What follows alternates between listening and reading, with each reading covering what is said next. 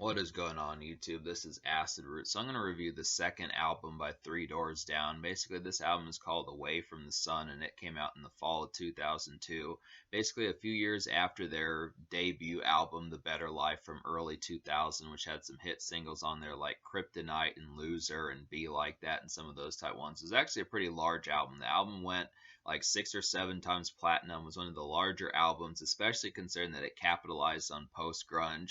Normally, when I talk about post grunge, I kind of talk about like Nickelback and Stained and some of those type bands, but I forgot that there's other ones in there like Creed and Three Doors Down kind of does that too. So they definitely have like a pretty good affinity for post grunge, I would have to say. And this album is chock full of it. There's a lot of very distorted kind of similarity type songs. It's a little bit more edgy, a little bit more rough, and not quite as like passion. It doesn't quite have like as much passion and like hope as like Creed does and that type of stuff. But I do like the concept.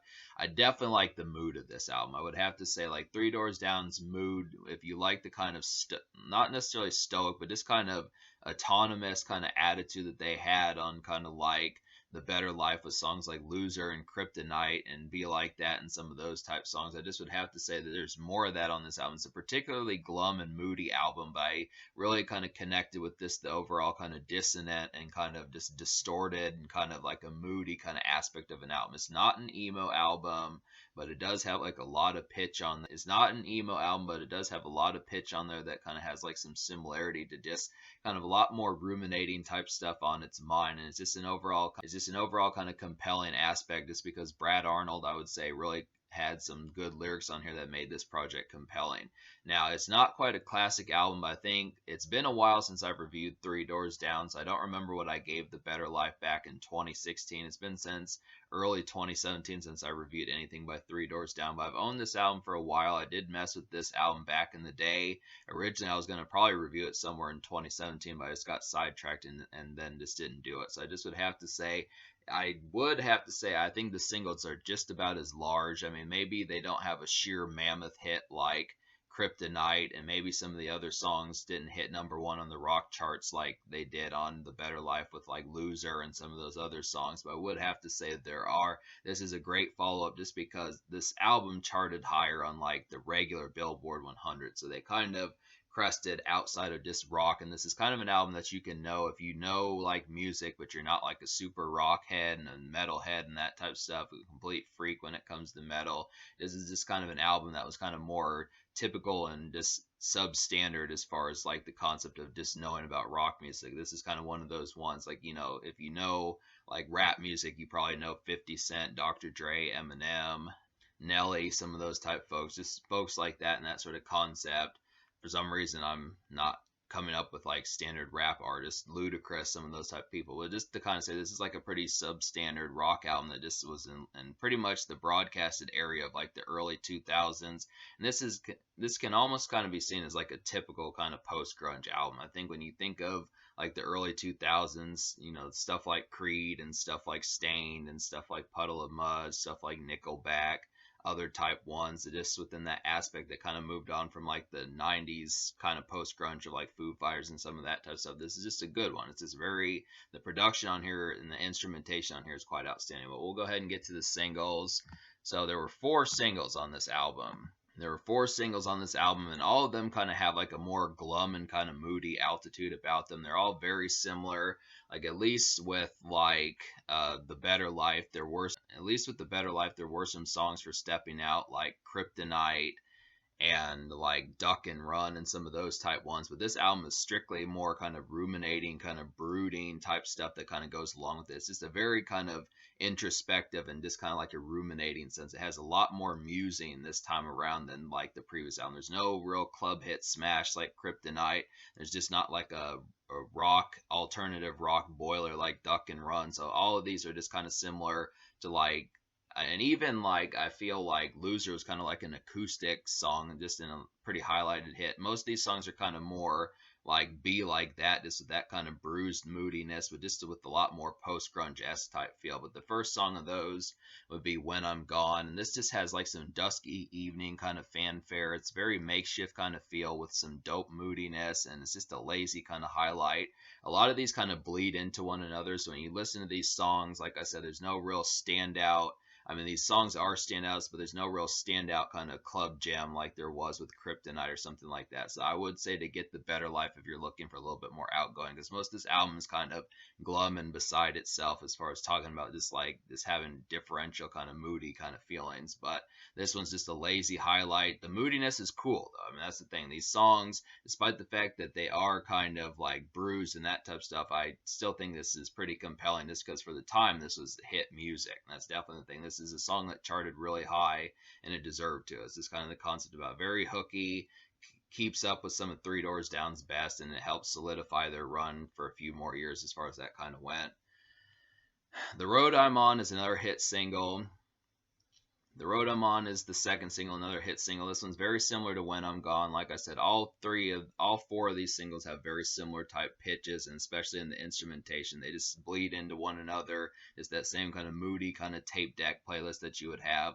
Similar to When I'm Gone, it's just a very dusky kind of post-grunge kind of makeshift song, and it's just kind of an easy hit. This is one that was kind of more on the rock chart, so it wasn't quite as much in like the standard rock, or it wasn't quite as much in the standard Billboard fare. But When I'm Gone and Here Without You were the two massive hits that got them their commercial airplay outside of the rock charts. But The Road I'm On was kind of more of like a rock hit, kind of similar to Loser and that type of stuff. Just kind of just very dusky kind of post grunge type music. Some of these just really have some overcast type feelings that just really pull off extremely well. It's just kind of, I like this kind of overcast and this kind of cloudy kind of moodiness that these songs have. Here Without You is the third single, and this was another massive hit. I think this one was intended for like folks in the military and stuff like that. Definitely has some yearning for like someone who's either not here, whether they just died or just have left or something like that. Just a real kind of longing kind of song. It's very sullen, kind of overcast, and kind of vigorous song. It's definitely one of those songs with a message that just had a lot of power. You know, rock bands will make some of these type of songs and they just really connect because rock bands will make these kind of songs and they'll really connect because they have the relatability factor really down, and there's just that kind of concept of just the longing and just the vigor and that type of stuff. Has a nice tint of moodiness in there. It's just an overall good single. These are some of the ones that really solidified Three Doors Down as being like hit artists. Just the fact that they could do this many times, because really on their first album the only real song that hit that hard was just Kryptonite on the regular charts, but these were a couple songs, When I'm Gone and Here Without You, that got them on like the regular Billboard that kind of sold the units and were not just rock exclusive. These were some songs that if you just listen to standard rhythmic or just standard radio, you probably heard. So that's just kind of a good one. It's very soul and overcast kind of gem as far as that kind of goes. And then Away from the Sun, like I'm gonna give this song an almost song. I like this song, but not as much as the other three singles. It's kind of one I'm on the fence about. So I'm gonna kind of somewhat up the score, but not wholesomely. I wound up liking 7 songs out of 12, but this one's kind of 7.5, so it would have been almost the 8th. But Away from the Sun's kind of more of like a sun coming out kind of song. This one kind of cheers up a little bit. It's just not quite as glum as like the first 3 singles. I think that probably was necessary considering that they were quite brooding and bruised throughout most of the singles on this album.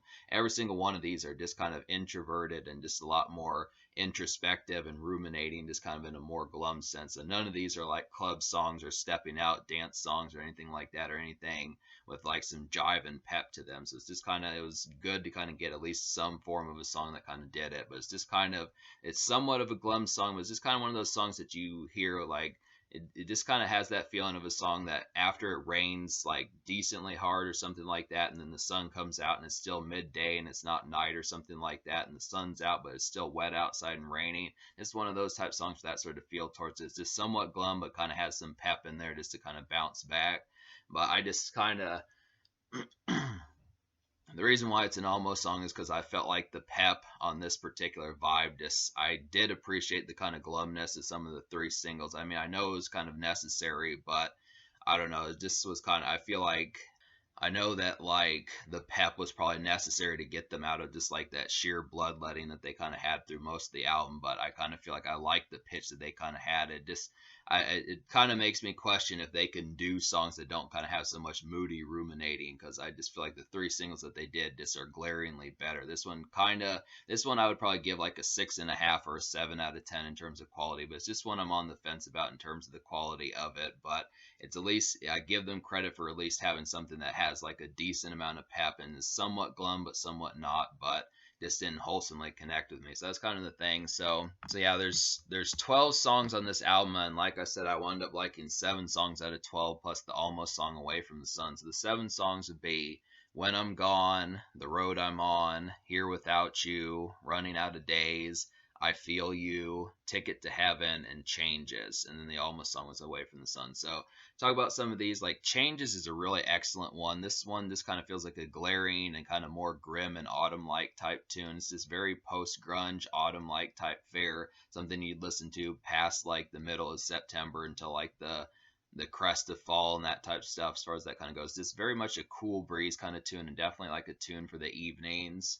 Basically has similar riffs to like a Creed song. I just would have to say has similar riffs to like a Creed song. This really kind of feels like this almost like Korn like and haunting, like just kind of in a more, it just has a more grim and haunting kind of feel towards it. But I just like the haunting kind of appeal of this one for post grunge. As far as that kind of goes, it's good to kind of get like some autumn like post grunge.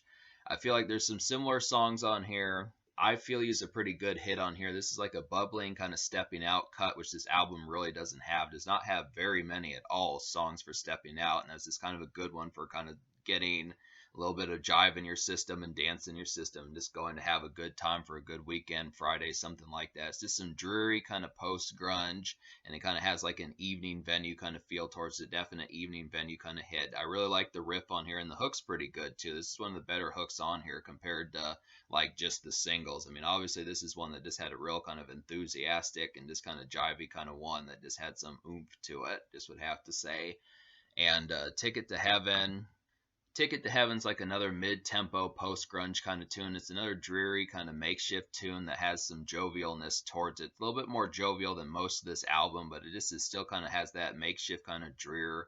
This is really kind of one that's just kind of car malaise, that type of stuff, evening commute, just getting off work, just kind of the concept of maybe you're gonna go home, maybe you won't, just that kind of concept. It's a little bit less jivey than I Feel You, but it still kind of has some edge towards it where you just can kind of muse and figure out what you're gonna do for the evening and night and that type of stuff. Just kind of a good mid-tempo post-grunge kind of tune. And then Running Out of Days. Running Out of Days is just kind of a ruminating gem. This is definitely like a cloudy and kind of overcast kind of hit. Very similar to a Creed song, just that kind of cloudy day kind of this introspectiveness that Creed was so good at doing in the late 90s and early 2000s and stuff. Just a very good album cut, but it's kind of out of character for Three Doors Down just because I feel like their musing just kind of took a bigger page out of Creed's playbook than I would have expected. This is just kind of where I feel like I like them on their singles, and this is a good song, but it feels more like a Creed song more so than like a Three Doors Down song. It's just kind of a real kind of this typical Nickelback Creed type song as far as that kind of goes, as far as some of that pitch kind of goes. So it's still a good song. It's just more standard cloudy day kind of ruminating.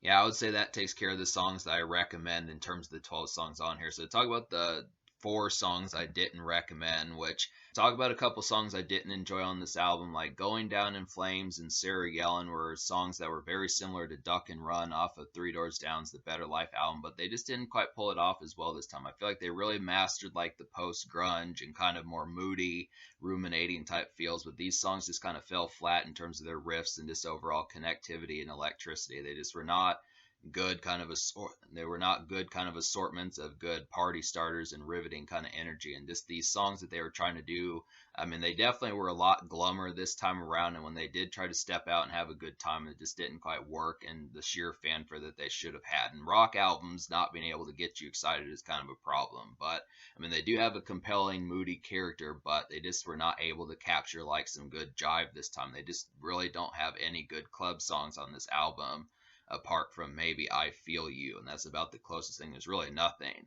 And I feel like Dangerous Game was just kind of like some degree of a cover song. Wikipedia said that the lyrics are not necessarily written just by the Three Doors Down band. This one just was kind of a clumsy type song. Kind of had more of like a message. It was just kind of about like violence out there and that type of stuff, but I just didn't connect with it as much. It was just kind of like a spare kind of song in terms of some of that. I mean, it's good to kind of have some of these food for thought, but they really needed like a song that was similar to Kryptonite. That's really something I think this album desperately kind of needed. But then this time was another awkward one. This was kind of like the secret song, and this one was supposed to kind of be like a bonus song that just kind of had like more kind of somewhat typical post-grunge marinating and ruminating and that type of stuff, but it just didn't pull it off quite as well. The riffs and the instrumentation on the song were not as compelling as some of the more standard album cuts like Running Out of Days and Ticket to Heaven and I Feel You and Changes and some of those type ones. It's just kind of, I mean, I would almost not knock this song just because it was a bonus song, but I kind of feel like it is a part of the standard packaging. It was another one that I didn't connect with and was kind of a duller, kind of less compelling kind of song.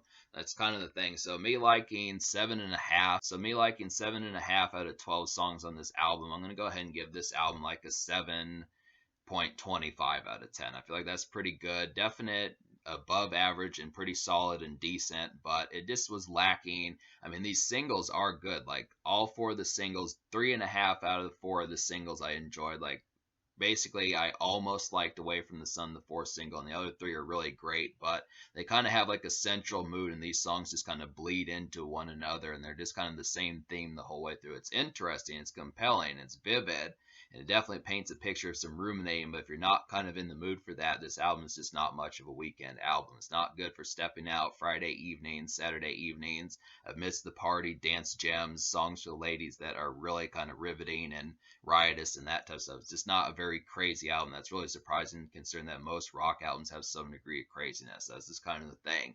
Just kind of more makeshift, kind of typical Bleer of like Monday through Friday, just going to work, just standard day-to-day type stuff with some good singles and good compelling character that makes your coworkers would probably find interesting. But apart from that, it just doesn't have like the shocking kind of appeal of like a weekend album.